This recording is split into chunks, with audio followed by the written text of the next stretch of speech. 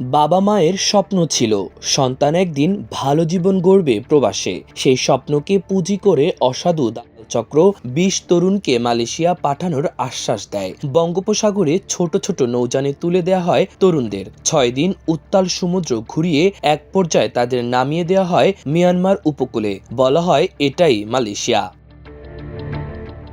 কিন্তু বাস্তবতা ছিল ভিন্ন। সেখানে তারা আটক হন মিয়ানমারের আইন শৃঙ্খলা বাহিনীর হাতে। অবৈধ অনুপ্রবেশকারী হিসেবে পাঠানো হয় কারাগারে। শুরু হয় দীর্ঘ ২২ মাসের ভয়ঙ্কর বন্দি জীবন। কারাগারে তাদের দেয়া হতো মৃত মুরগির মাংস, জীবন্ত ব্যাঙ, এমনকি কখনো হাঙর মাছের টুকরো। না খেয়ে কাতর হয়ে পড়লেও অনেকেই মুখে তুলতে পারতেন না এসব খাবার।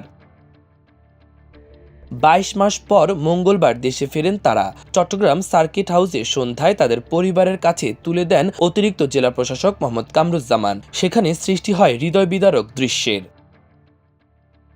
ফিরে আসা ১৭ বছরের সরোয়ার কামালের বাবা মোহাম্মদ কাশেম বলেন, প্রয়োজনে নুন মরিচ পান্তা খাইয়ে রাখবো, তবু তোকে আর কোথাও যেতে দেব না। সন্তান হারানোর ভয় সইতে পারবো না।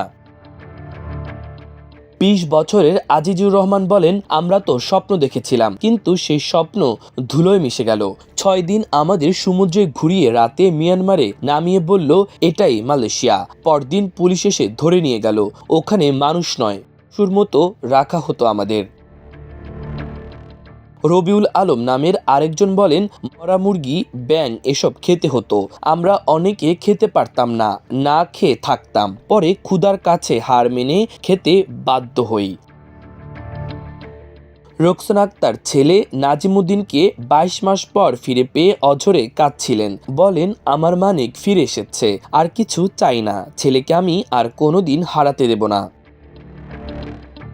মিয়ানমারে বাংলাদেশ দূতাবাস জানিয়েছে, এই তরুণরা দালালের হাতে প্রতারিত হয়েছিল। মিয়ানমারের পুলিশ তাদের আটক করে। দীর্ঘ আলোচনা এবং পরিচয় যাচাই শেষে তাদের ফেরত আনা হয়।